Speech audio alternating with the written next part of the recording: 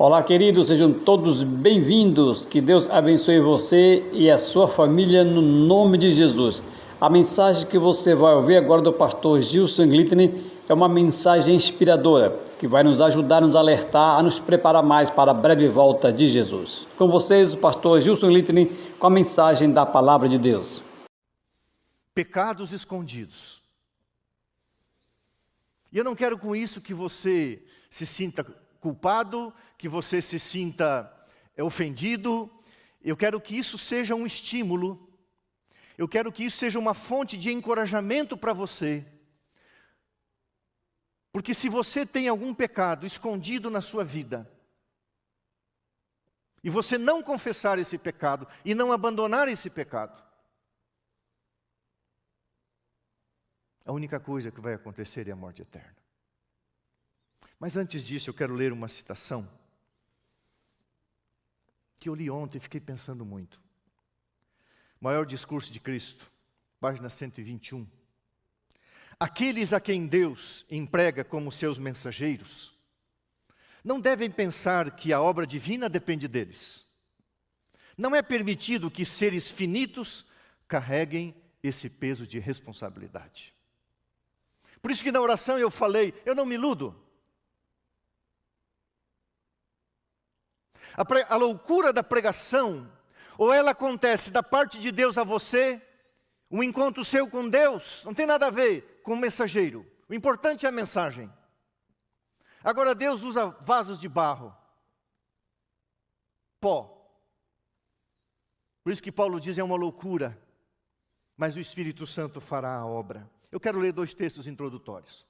Abra a Bíblia, nós vamos manejar a palavra de Deus em 2 textos, depois vamos deixar num texto lá. Romanos capítulo 13. Romanos capítulo 13. Leia comigo, do verso 11 até o verso 14. Eu não sei se você entende que esse é o momento, que chegou a hora. Sabe, não dá mais para esperar, se é que um dia deu. Mas hoje isso aqui tem que se cumprir. Romanos 13, 11, E digo isto a vós outros que conheceis o tempo presente. Já é hora de vos despertardes do sono, porque a nossa salvação está agora mais perto do que quando no princípio cremos. Vai alta a noite e vem chegando o dia, deixemos, pois, as obras das trevas e revistamo-nos das armas da luz. Andemos dignamente como em pleno dia, não em orgias e bebedices, não em impudicícias, dissoluções, não em contendas, brigas, ciúmes, coisas carnais, mas revesti-vos do Senhor Jesus Cristo, e nada disponhais para a carne no tocante às suas concupiscências, às suas tentações. Sempre foi tempo, mas mais do que nunca esse é o tempo de você parar e pensar se realmente você está firme na fé. Provérbios, mais um texto introdutório, 28, verso 13. Esse texto também é um texto base para a introdução da mensagem dessa manhã. Provérbios 28, verso 13. Lá está escrito: o que encobre as suas transgressões jamais prosperará. Espiritualmente falando. Você não pode prosperar espiritualmente com um pecado secreto, com um pecado escondido. Mas o que as confessa e deixa, alcançará misericórdia. Isso aconteceu com o próprio Salomão. O que encobre as suas transgressões jamais prosperará, mas o que as confessa e deixa, alcançará misericórdia. Após a queda, e o que eu vou pregar é um comportamento humano que aconteceu após a queda. Após a queda você vai ver um comportamento humano e o tratamento divino. O comportamento humano é o seguinte: o homem passa a se esconder de Deus e esconder os seus pecados dos homens e tentando esconder os seus pecados de Deus, o que é uma tolice. E você vê o homem se comportando assim ao longo da Bíblia, e você vê Deus, o homem agindo assim, e Deus reagindo, procurando o homem, Mas Deus, ao procurar o homem, e você vai ver, esse é o cerne do sermão, Deus procura o homem, não apenas para lhe oferecer perdão, mas para tratar do assunto do pecado e gerar no coração dele transformação, regeneração. Perdão que não transforma não é perdão. Perdão que não regenera não é perdão bíblico. Então veja o comportamento humano. Você conhece a história, eu vou apenas citar. Adão e Eva se esconderam da presença do Senhor. Caim, da tua presença irei me esconder. Abraão escondeu a sua identidade 2 vezes e a identidade da sua esposa. No Egito, com Faraó e depois com Abimeleque lá em Gerar. Jacó, o pai perguntou, tu és meu filho mesmo? E Jacó disse, sim, sou eu. Escondeu a identidade, colocando no lugar de Esaú. Os filhos de Jacó mataram um bode e mandaram a capa do filho banhada em sangue, esconderam o crime terrível de terem vendido o seu irmão como escravo para o Egito. Moisés matou um egípcio e o escondeu na areia. Acã escondeu a capa babilônica, 2 quilos de prata e meio quilo de ouro na sua tenda. Perdeu a vida. Jonas se dispôs para fugir da presença do Senhor. A Bíblia diz de Judas, era ladrão. São João 12:6. Era ladrão, essa é a frase que cunhava a sua vida. Pedro, eu não conheço esse homem. Ananias e Safira esconderam parte do valor da venda de uma propriedade. Eu só estou citando isso aqui porque é um modelo bíblico. Você pega de capa a capa, o homem sempre pecando e agindo assim. Lógico, ninguém quer pecar e ficar publicando o seu pecado, se bem que tem pessoas que fazem isso, até ostentam o seu pecado, mas não são filhos de Deus, não são filhas de Deus. Então, desde a entrada do pecado, o homem se esconde da presença de Deus, tenta fugir de Deus quando não quer fazer a vontade de Deus ou quer esconder o seu pecado. E nessa manhã eu quero tratar de uma narrativa muito conhecida. E a maneira como Deus tratou esse homem, Deus trata você e a mim. E o propósito de Deus é redentivo, não é punitivo. Deus quer livrar a gente da condenação, da punição. Eu vou ler uma citação de Ellen White, Obreiros Evangélicos, diz assim: Deus pede homens que, como Natã, Elias e João Batista, apresentem destemidamente a sua mensagem, a despeito das consequências, que falem a verdade, embora isso importe no sacrifício de tudo quanto possuam. Eu já estava trabalhando nesse sermão fazia mais de 15 dias, quando um colega me falou que nós deveríamos pregar a exemplo de Natã, João Batista e Elias. Acontece que o pastor, ele também é um pecador. Ele não pode se colocar acima. Ele tem que se colocar como Daniel, nós pecamos. Mas daí eu li um texto que Paulo diz assim, a graça de Jesus me alcançou, porque eu sou um pecador. Ele diz assim, eu sou o pior. Então eu me encorajei, porque ao pé da cruz somos todos iguais. Todos pecamos e carecemos da graça para um dia recebermos a glória de Deus. Então, uma vez que nós deveríamos pregar como Natã, e só depois eu conheci esse texto, abra a Bíblia no livro de 2 Samuel, capítulo 12. Como Deus trata alguém que esconde o seu pecado. Esse modelo, essa pequena narrativa, nós vamos ler 13 versículos, 14 versículos, melhor dizendo. Essa narrativa é um modelo em toda a Bíblia, como Deus reage às ações humanas, tentando se esconder dele e tentando esconder o pecado dele, o que é inútil. Pegue a Bíblia, pegou a Bíblia aí?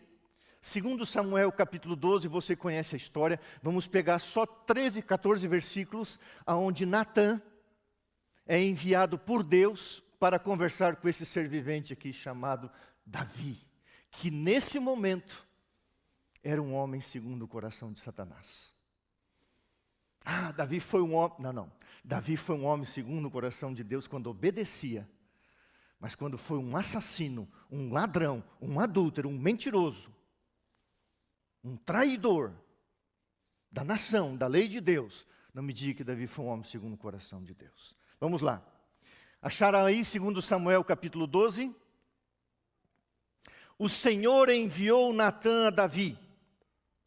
Chegando Natã a Davi, disse-lhe: rei, eu tenho uma parábola aqui, uma história, uma símile. Eu tenho aqui um provérbio, uma analogia. Eu tenho aqui uma historinha para te contar. E é engraçado quando você diz: eu tenho uma história para te contar. A pessoa presta atenção.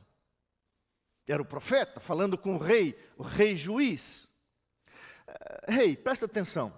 Havia na cidade 2 homens, um rico e um pobre. Tinha o rico muitas ovelhas, gado em grande número. Mas o pobre não tinha nada, senão uma cordeirinha tenra. Cordeirinha é ovelhinha tenra, novinha, que comprara e criara, e que em sua casa crescera junto com seus filhos, comia do seu bocado e do seu copo bebia, dormia nos seus braços e a tinha como filha. Vindo um viajante ao homem rico, não quis este tomar das suas ovelhas e do seu gado para dar de comer ao viajante que viera, mas tomou a cordeirinha do homem pobre, matou ela e a preparou para o homem que lhe havia chegado. Que injustiça, rei! Então o furor, a ira, o senso de justiça se acendeu sobremaneira contra aquele homem. Disse Davi: tão certo como vive Deus, o homem que fez isso deve ser morto, e pela cordeirinha restituirá 4 vezes mais, porque se fez tal coisa e porque não teve compaixão. E Natã olha para os olhos de Davi e diz: tu és o homem. Uau! Tu és o homem. Assim diz o Senhor. Não palavras de Natã, palavras de Deus. Assim diz o Senhor, Deus de Israel: eu te ungi, rei sobre Israel, e eu te livrei das mãos de Saul. Dei-te a casa de teu senhor e as mulheres de teu senhor em teus braços. E também te dei a casa de Israel e de Judá. Se isso fosse pouco, se fora pouco, eu teria te dado mais coisas, acrescentado tais e tais coisas. Por que, pois, desprezaste a palavra do Senhor, fazendo o que era mal a ele, a Deus, perante Deus? A Urias, o heteu, feriste a espada, e a sua mulher tomaste por mulher, depois de o matar. Isso aqui é interessante, já vou adiantar um pouquinho. Irmãos, Deus não dá rodeios não, viu? Deus vai e trata com amor, com compaixão, mas trata: você é um assassino, você matou Urias. E o pior ainda, pelas mãos dos inimigos, os amonitas. Você o matou. Não foi a guerra, não foi Joabe, você, o mandante do crime.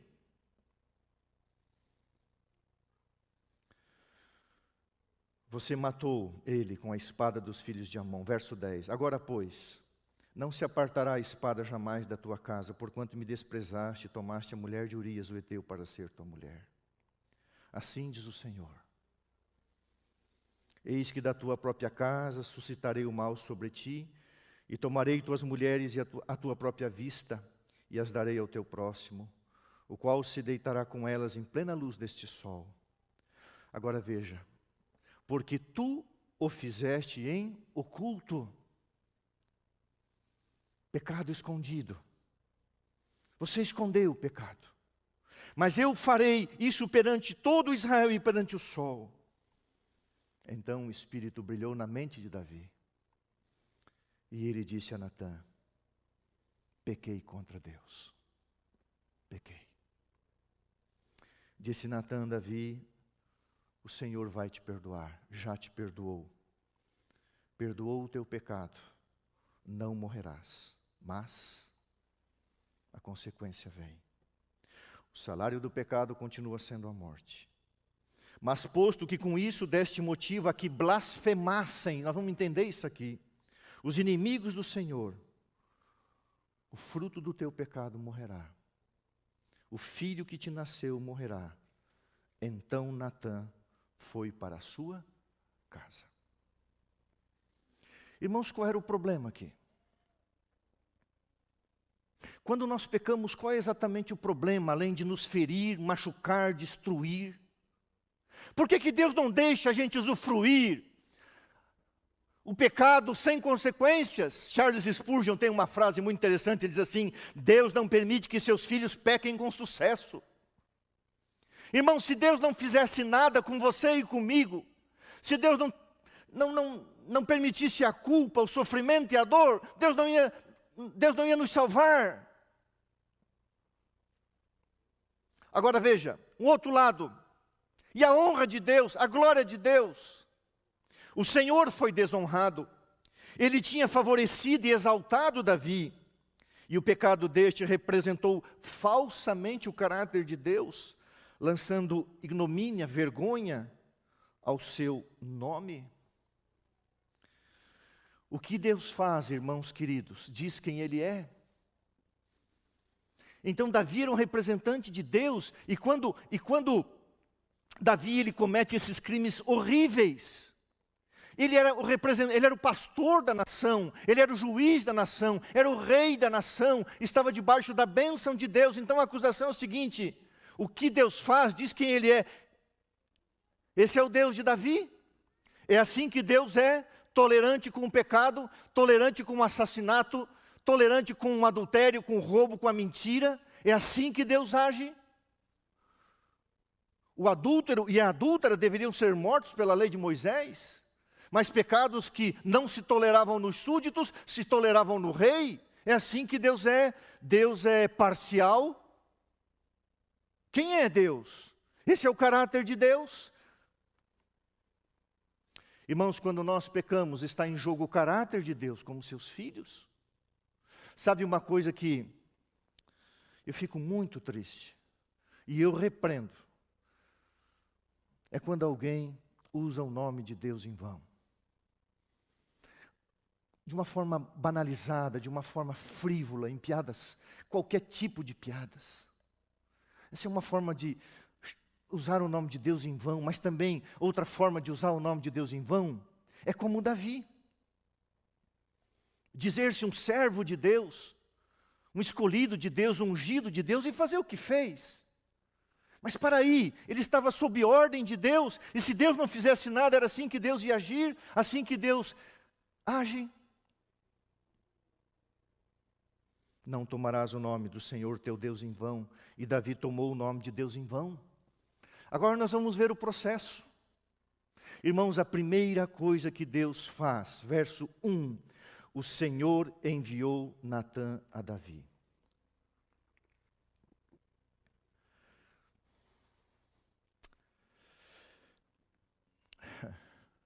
Se eu perguntar para você, quando você peca e procura esconder o seu pecado do seu cônjuge e dos seus filhos, você percebe que ele não está escondido de Deus? Que Deus sempre envia o Espírito Santo. Deus toma a iniciativa, é como aconteceu com Adão. Deus vai atrás. Porque senão o homem ainda acaba dizendo, não, está tudo certo, ninguém sabe, eu vou viver com isso aqui. Tem gente que vai viver a vida inteira com pecado secreto, e só no milênio vai se entender porque ele não salvou. Porque o Espírito procurou, Deus o procurou. Deus não quer expor ninguém. E Deus procura não expor ninguém. Deus não quer trazer o teu pecado à tona, não. Mas às vezes faz-se necessário, porque o Davizinho fazia cerca de um ano, estava escondendo o pecado dele e não queria mudar. Consolou Batseba, se deitou com ela, estava tudo certo, ia ser uma das rainhas. Certo? Natã, vem cá. Acho que esse camarada não entendeu. Por que Deus faz isso? Sabe por quê? Porque Deus é bom. Só isso. Porque Deus é amor. Porque Deus é misericordioso. Deus tem um desprazer em fazer isso, mas Ele precisa fazer isso. Romanos 2,4 diz assim, a bondade de Deus é que te conduz ao arrependimento. Deus, porém, o exaltou com a sua destra príncipe salvador, a fim de conceder a Israel o perdão dos pecados. Agora veja o que diz caminho a Cristo: não podemos arrepender-nos sem que o Espírito Santo nos desperte a consciência, e é a virtude de Cristo que nos conduz ao arrependimento. Eu falo para alguém que tem algum pecado escondido, o famoso pecado secreto. E o Espírito Santo está falando para você já há algum tempo. Se é que você lê a Bíblia, se é que você estuda a lição, se é que você ora, se é que você tem um pouco de contato com Deus. Deus está falando para você: olha, filha, esse negócio que está errado. Está errado. Muitas vezes eu tive e ainda tenho o desprazer de ter que ouvir algumas confissões, e eu até peço para a pessoa o cuidado, porque você tem que confessar para Deus, resolver os teus problemas com Deus, não é com o ser humano, mas às vezes a pessoa precisa desabafar, e é bom que desabafe e se liberte daquilo. A primeira coisa, o amor de Deus não deixa o pecador perecer no seu pecado. Deus procura, Deus toca, Deus insiste. E se Deus está insistindo com você, só tem uma razão: é porque Ele te ama ainda. Ele ainda te ama. Natan, vai lá. Assim Deus faz. Deus vai atrás. Agora, o verso 5 e o verso 6. Então o furor de Davi se acendeu sobremaneira contra aquele homem, que disse: tão certo como vive o Senhor, esse homem deve ser morto, e pela cordeirinha restituirá 4 vezes, porque fez isso em Israel. Sabe o que eu vejo aqui? Olha o Espírito Santo, que era um visitante no Antigo Testamento. Ele visitou, possuiu Natan. E Natan recebeu de Deus a mensagem através do Espírito, falou assim: fala de uma cordeirinha. Existe o carneiro, o cordeiro e a cordeirinha, que é uma ovelhinha tenra. Davi era um pastor de ovelhas. Ele sabia o que era uma ovelhinha nova. Uma das coisas, dos meus 12, 13, 14 anos até os 17 anos, o meu pai tinha um rebanho de 56 ovelhas. E eu cuidava das ovelhas. E eu vi muitas ovelhinhas nascerem, vi muitas mães comerem a placenta. A ovelha come a sua própria placenta, a vaca também come a sua própria placenta depois que nasce. Depois ela lambe aquele bichinho branquinho, normalmente, fica lambendo ali até ele ficar em pé, durinho, e aí então ele mama. É uma das coisas mais dóceis, mais lindas que tem na natureza, um cordeirinho, uma cordeirinha, uma ovelhinha nova. Davi sabia disso, e Deus com ternura vai até o seu coração e diz assim: era uma ovelhinha, rei. Quais são os meios que Deus está usando para chegar ao teu coração? A única coisa que vai transformar você é a graça, o amor, a bondade de Deus. Deus sempre procura chegar com ternura, mas com firmeza. Vai lá, Natan, dá a mensagem. Mas chega e diga para ele: você roubou uma ovelhinha. Ah, como Deus é maravilhoso. A ternura de uma ovelhinha alcançou o coração do pastor. Essa ovelhinha simbolizava Batseba, a mulher de um fiel capitão do seu exército, um homem fiel, um homem de caráter, um homem honrado. O pai de Batseba tinha sido soldado de Davi, era uma família de militares. Aitofel, depois o avô de Batseba, foi conselheiro de Davi.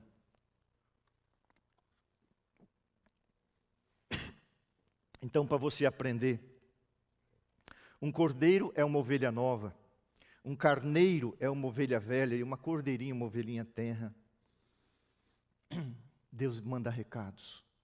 Em algum lugar aí, muito longe, não tente imaginar o local nem a pessoa, apenas a história. Um irmão estava em adultério, escondendo o seu pecado. 7 meses antes do pecado ser descoberto, causou um escândalo naquela comunidade. 7 meses antes. Esse irmão andando pelas ruas, alguém o aborda, manda ele parar e diz assim: eu não te conheço, não sei quem você é, não sei seu nome, sua profissão, não sei nada a seu respeito. Só vou te falar uma coisa. Deus me mandou dar um recado para você. Se você abandonar o teu pecado, Deus vai perdoar e ele não será descoberto. Que Deus te abençoe. Uau! O homem poderia cair de joelhos ali, porque isso foi um milagre, isso foi literal. Poderia ter sido um anjo, não sei, quero crer que sim. Mas Deus queria salvar toda uma situação, todo um contexto de esfalecimento familiar. Como é que é? Não é esfalecimento, esfacelamento, que coisa, esfacelamento, a destruição de uma família.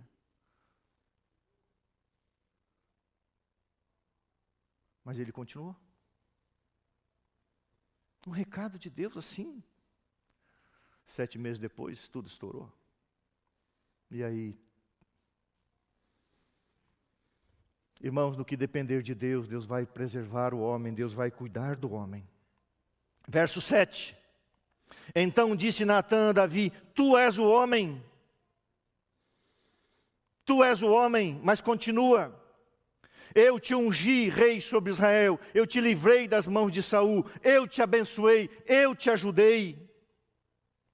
Deus jamais pediu algo ao homem antes de abençoá-lo. Você já conhece isso aqui.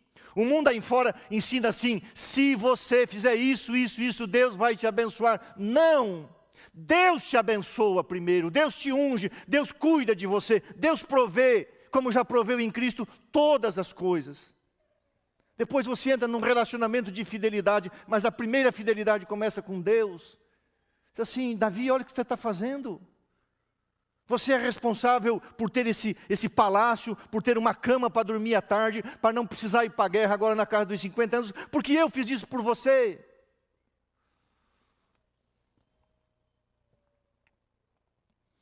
Irmãos, quais são as bênçãos de Deus em sua vida? Deus abençoa uma pessoa, ela prospera em várias áreas da vida. Ela acha que aquilo é mérito dela, daí ela sai por aí machucando, ferindo, traindo, abandonando. Tem dinheiro, tem condições. Cuidado, que as bênçãos de Deus não façam na sua vida motivo para maldições, como foi para Davi. Verso 9, assim que Deus age: porque, pois, desprezaste a palavra do Senhor, fazendo o que era mal? Deus revela as consequências do pecado. Eu gostaria que você guardasse bem uma coisa: você é senhor das suas escolhas, mas você é escravo das consequências. Saiba ser senhor da sua vida, para não ser escravo de consequências ruins. Deus te dá toda a liberdade de ser senhor da sua vida, controlar a sua vida pela guia do Espírito Santo. Você é senhor das suas escolhas. Mas se as suas escolhas forem más, você é escravo e não tem como fugir da escravidão das consequências. Então, a menos que você não queira ser um escravo, pensa no que você está escolhendo.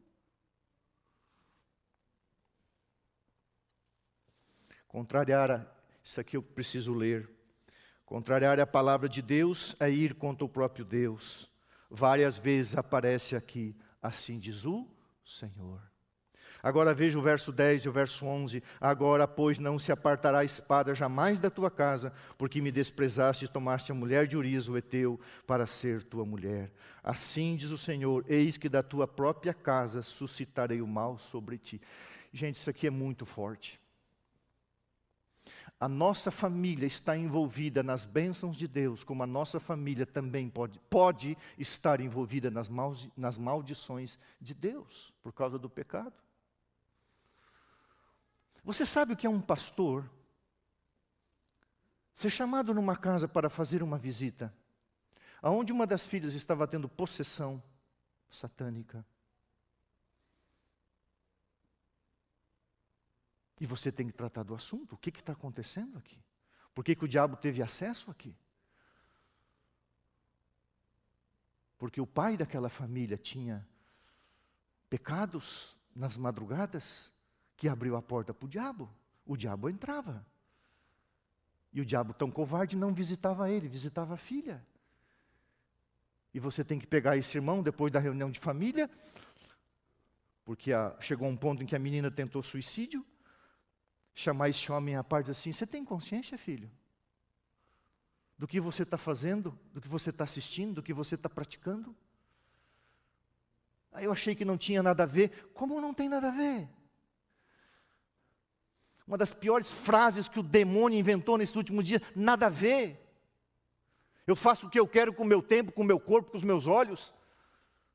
Não tem nada a ver, não. É só uma possessãozinha e um suicídio, só isso. Agora, a Bíblia fala de bons pais que os filhos fizeram escolhas erradas. Isso é problema deles. A Bíblia fala de péssimos pais cujos filhos fizeram boas escolhas. A Bíblia diz que a responsabilidade numa altura da vida é pessoal.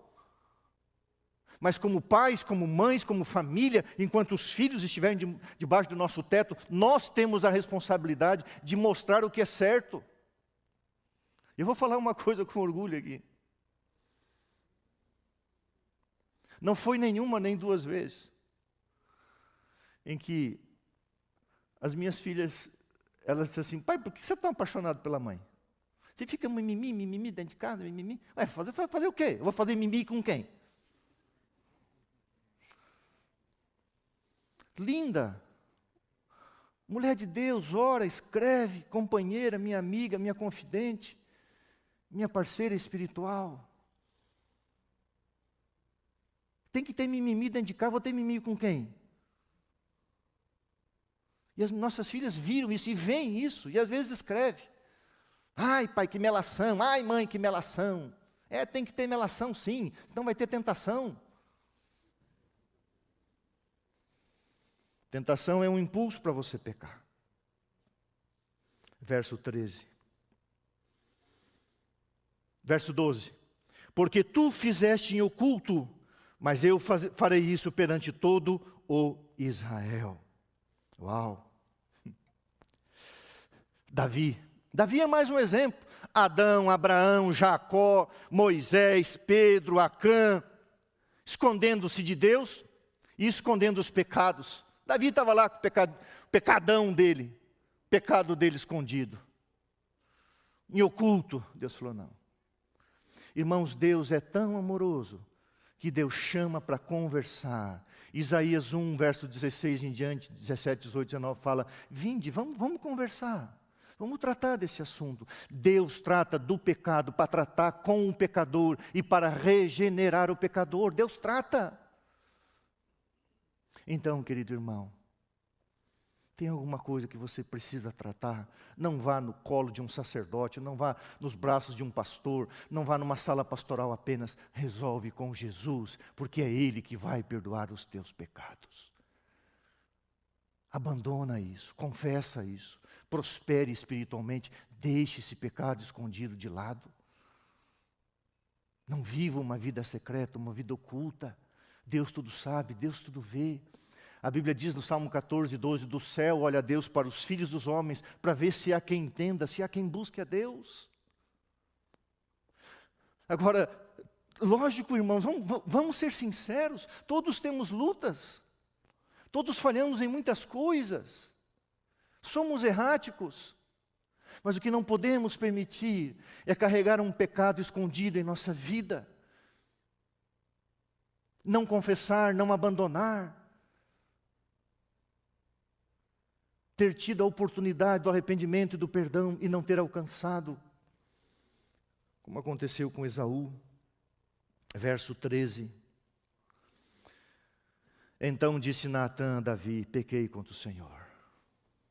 É uma frase muito curta para sintetizar um sentimento enorme. Foi uma vida de, eu vou pegar Adão. A irmã diz que a vida de Adão foi uma vida de profunda tristeza e humilhação. Imagina 930 anos se humilhando, se arrependendo, sofrendo, 9 séculos. A vida de Davi depois disso aqui para frente foi um inferno. Perdeu o filho do pecado, perdeu Absalão, perdeu Amon, perdeu Adonias. A outra filha foi violentada pelo Absalão, pelo Amon, Tamar. Depois o Absalão matou o Amon, depois Absalão se revoltou contra o pai. A vida dele foi um inferno. Não foi mais senhor do que aconteceu dali para frente. Se você pegar o Salmo 32, o Salmo 51, ali ele escreveu contando a sua experiência, o seu arrependimento, mas Davi não desejava apenas arrependimento, ele queria uma nova vida. Aqui é que entra o perdão de Deus. O perdão de Deus é um perdão transformador. Irmãos, Deus não apenas nos livra da culpa, Deus nos livra do poder do pecado. Então é muito fácil você chegar na igreja, tomar a Santa Ceia, não tenho mais pecado, não. Perdão que não transforma, não é perdão. O perdão de Deus, quando ele é absorvido, ele é transformador, ele é libertador.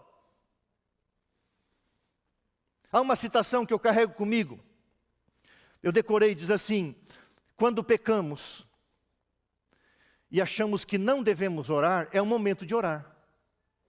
Devemos orar e crer. Em se chegando ao trono da graça, o Filho de Deus se torna cliente do grande advogado. E a primeira manifestação de arrependimento, o primeiro desejo de perdão, Cristo esposa, toma a causa dele, fala a sua, e se apresenta diante de Deus como se o fizera por si próprio. O maior discurso de Cristo. Então, quando você sente vontade de se arrepender, é o Espírito Santo de Deus trabalhando em você. Mas o Espírito Santo não vem apenas para limpar a culpa, ele vem para regenerar o seu coração. Por isso que no Salmo 51, verso 10, Davi orou: cria em mim, ó Deus, um coração puro. Se você quer ser perdoado por Deus para continuar com outro pecado, ou com o mesmo pecado e voltar a esse pecado, o perdão de Deus, ele é a libertação do poder do pecado. O perdão é muito mais do que um ato legal, é um ato de regeneração. Paulo, para aliviar um pouquinho você e eu, ele diz assim: esta afirmação é fiel e digna de toda aceitação. Jesus veio ao mundo para salvar os pecadores. E o apóstolo Paulo diz: dos quais eu sou o pior. Louvado seja Deus por esse homem. Eu sou o pior dos pecadores. Que compreensão, que necessidade da graça de Jesus. Eclesiastes 12:14 diz: porque Deus há de trazer a juízo todas as obras, até as que estão escondidas, quer sejam boas, quer sejam más. Sabe o tempo que a gente está vivendo? Eu estou preparando um sermão, eu vou trazer ainda esse mês, o último sábado de outubro. Chama-se apagamento. É o momento de você enviar os teus pecados para o lugar santíssimo, para o apagamento. Porque logo Jesus vai voltar, e quando Jesus vier, todos os nossos pecados têm que estar apagados.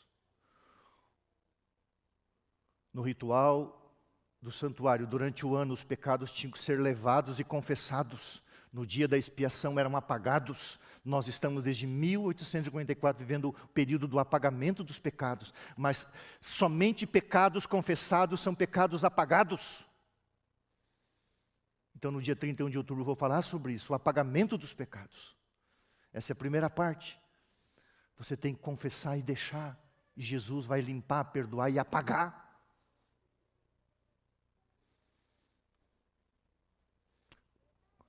Quantas coisas você e eu gostaríamos e temos a certeza de que estão apagadas?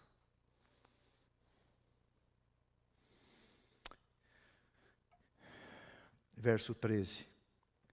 Pequei contra o Senhor. Então disse Natã a Davi: Deus te perdoou o teu pecado. Parece muito simples, mas não foi bem assim. Todas as coisas estão nuas e patentes aos olhos daquele a quem temos de tratar, de prestar contas, Hebreus 4:13.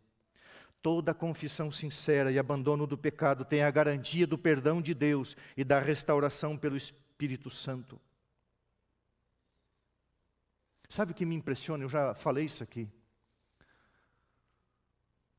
O garoto morreu. ele não teve nome, não deu tempo de dar nome para ele. Mas Davi teve um outro filho com Batseba.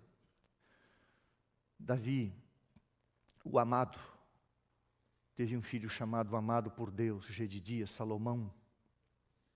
E Salomão se tornou o substituto do pai. O fruto do seu ventre, o ventre da sua esposa, era o fruto do perdão. E Batseba consta na lista das mulheres, na descendência de Jesus. Quando Deus perdoa, Deus apaga, Deus limpa.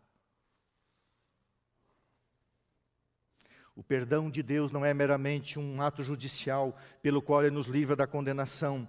É não somente perdão pelo pecado, mas livramento do pecado. É o transbordamento do amor, é o transbordamento do amor redentor que transforma o coração. Maior Discurso de Cristo, página 114. Vou ler de novo. Perdão não é somente o perdão pelo pecado, mas é livramento do pecado. É por isso que você tem e eu temos que orar. Livra-me, Senhor, desse negócio aí. Todo pecador que absorve o poder do perdão divino, por este mesmo poder é transformado, é o poder da sua graça. Deus não apenas quer perdoar seu passado, mas Deus quer garantir seu futuro. É só o perdão transformador que pode fazer isso. Não é apenas apagamento do passado, é garantia de futuro, é uma nova vida. Finalizando. Até quando um homem segundo o coração de Deus pode ocultar um pecado? Jamais. Era quando Davi andava no conselho de Deus, que foi chamado homem segundo o coração de Deus. Pecando, isso cessou. A sentença de morte foi transferida de Davi para a criança de seu pecado. Davi, ele preferia 1000 vezes morrer do que ver aquele inocente morrer no lugar dele. Aquilo foi um golpe terrível na sua vida espiritual, emocional, moral, política, como líder. Foi um golpe terrível.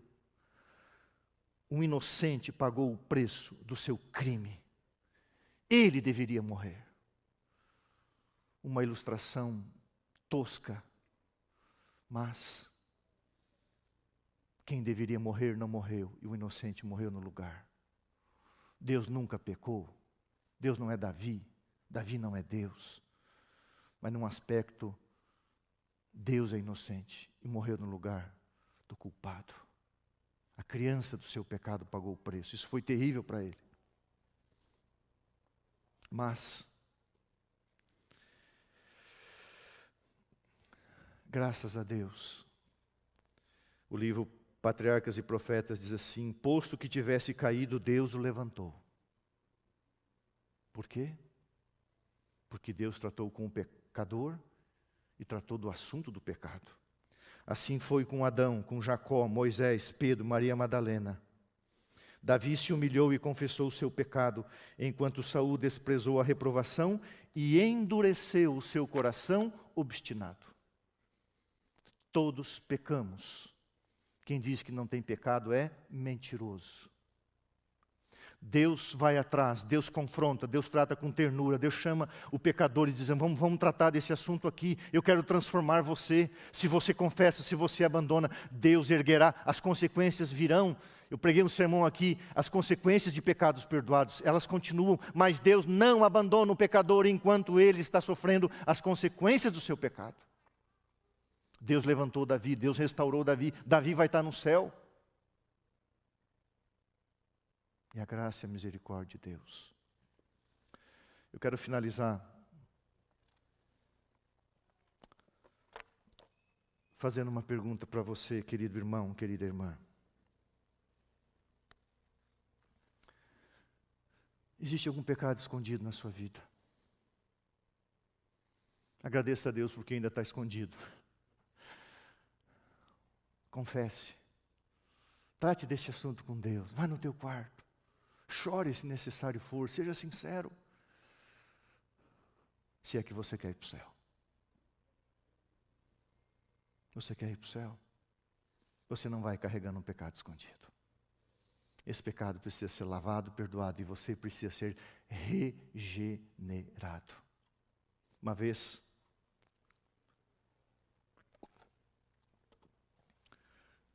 andando por uma grande cidade, que não interessa você saber onde é, eu vi um obreiro entrando com uma mulher no motel. O obreiro era um servidor da organização da igreja. Eu era um jovem pastor. Eu não acreditei no que eu vi. Eu fiquei ali esperando, e depois eles saíram com o carro e eu estava ao lado, me certificando de que realmente aquele homem casado estava com uma outra mulher saindo de um motel. Eu não sabia o que fazer. E eu então não tive coragem de procurá-lo. Hoje eu o procuraria. O fato é que ele estava vivendo uma vida escondida, depois acabou sendo descoberto. Mas eu então procurei o líder de todos nós. E o líder já sabia que havia ruídos. E eu fui procurá-lo e disse, olha, eu vi uma situação, eu não sei como fazer isso. Ele falou, não procure, a gente já está tratando, não tem problema você não procurá-lo. Mas aquele líder é um pastor. Ele olhou para mim e disse assim, Gilson, sabe qual a diferença entre o pecado dele e o nosso? É que o dele foi descoberto, o nosso ainda não. Não se referindo a esse tipo de pecado. Mas ele falou aquilo, sabe?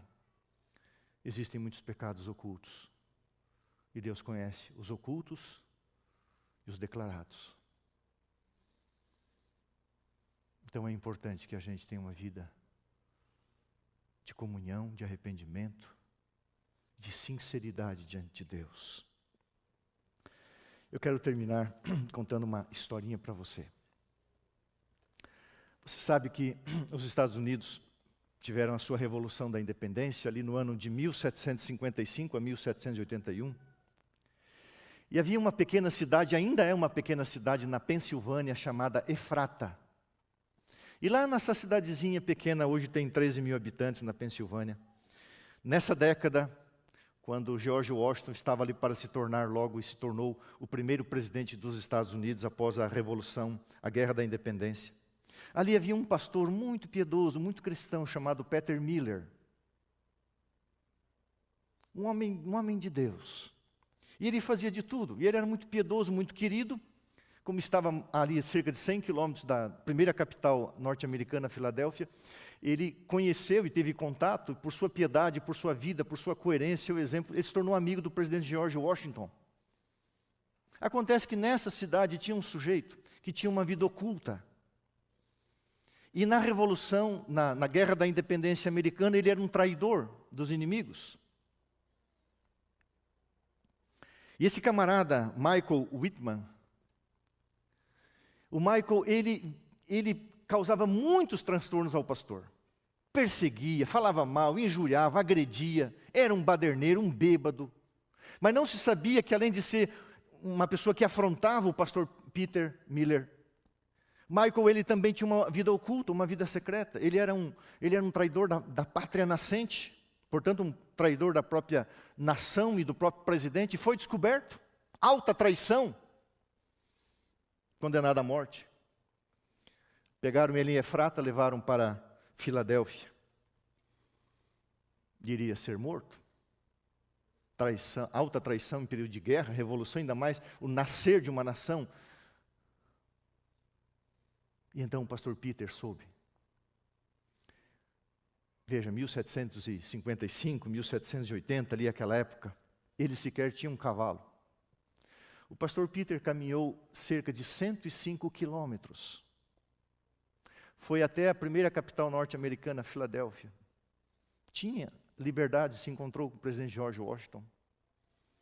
E disse, presidente, eu vim pedir pela vida de um homem que está condenado à morte, e o senhor, como presidente, pode absolvê-lo. E ele disse, quem é? Ele falou, Michael Whitman. Ele falou, pastor Peter, não posso fazer isso.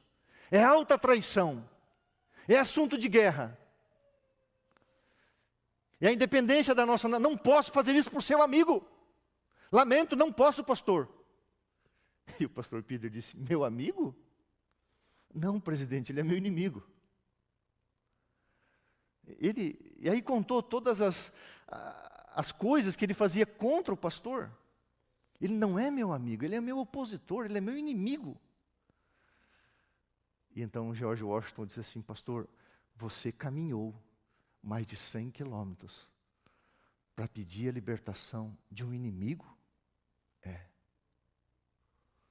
A história diz que naquele momento o coração do presidente norte-americano foi tocado.